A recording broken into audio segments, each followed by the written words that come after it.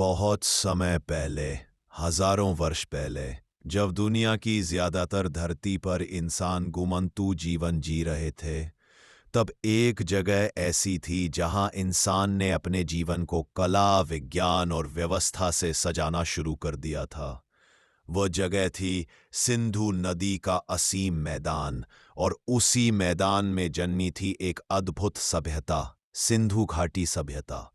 सूरज ढलने को था।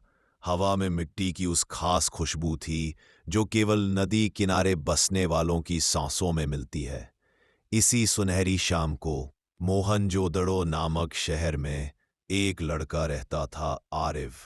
वह 11 साल का था, पर उसकी आंखों में ज्ञान की वही चमक थी जो आज भी किसी वैज्ञानिक की आंखों में दिखती है। शहर जो सांस लेता था, आरिव अपने पिता के साथ अक्सर शहर की ऊंची दीवारों पर चढ़ जाता। वहां से उसे पूरा नगर दिखता। सीधी सादी गलियां, मिट्टी की पकी ईंटों से बने घर, घरों में बिछी नालियां और दूर तक फैली व्यापार की दुकानें। उसका पिता कहता, ये सिर्फ शहर नहीं, ये हमारा मोहनजोदड़ो सिर्फ सुंदर नहीं था, अनुशासन का जीवित उदाहरण था। हर घर पानी की नालियों से जुड़ा था। हर सड़क एक दूसरे को काटती नहीं थी, बल्कि सुगठित रूप से सीधी चलती थी। और सबसे ऊपर, लोगों में अजीब सी शांति थी, जैसे वे जानते हों कि वे एक महान सभ्यता का हिस्सा है।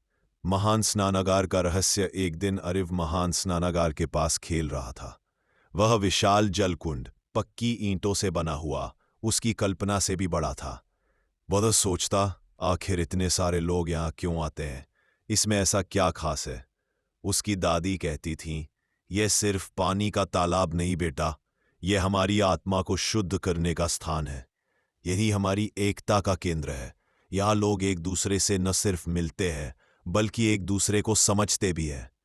आरिव को लगता था कि यह जगह शहर का धड़कता हुआ दिल है। एक अनोखी मुहर। एक रात हवा में ठंडक थी। आरिव अपने पिता की दुकान में बैठा था। पिता चुपचाप एक मिट्टी की मुहर बना रहे थे। उस मुहर पर उकेरा हुआ था एक अजीब सा पशु, जिसके शरीर में कई जानवरों की छवि मिलती थी। आरिव ने पूछा, ये कौन सा प्राणी है पिता? पिता मुस्कुराए, बेटा, इसे आज लोग यूनिकॉर्न की मुहर कहते हैं, पर यह सिर्फ जानवर का चित्र नहीं, यह हमारे व्यापार, हमारी पहचान और हमारी भाषा का चिन्ह है। इसे समझने वाला पूरी सभ्यता को समझ सकता है। आरिव उस मुहर को घंटों देखता रहा। उसे लगता था कि उस छोटी सी मिट्टी में पूरी दुनिया का रहस्य छुपा है।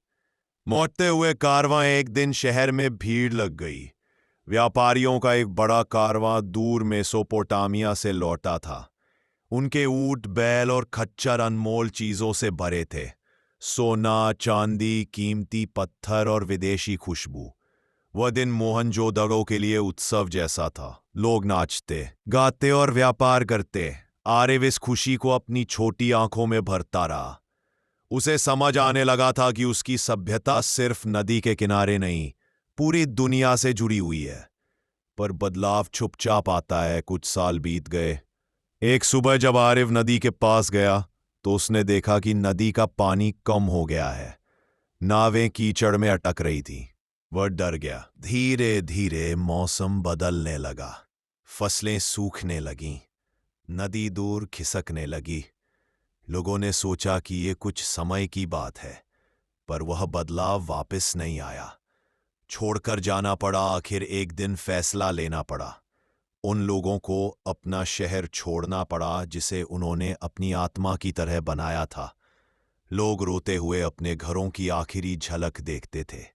कई ने अपनी मोहरें, खिलौने और मूर्तियां अपने घरों में ही छोड़ दी। आरिव की आंखों में आंसू थे। उसने एक आखिरी बार महान स्नानागार को छुआ, जैसे वो उससे वादा कर रहा हो, मैं तुम्हें कभी नहीं भूलूंगा। फिर वे सब निकल पड़े, एक लंबी यात्रा पर, नए घरों, नई नदियों और नए सपनों की ओर। सभ्यता मिटती नहीं। सदियां बीत गईं।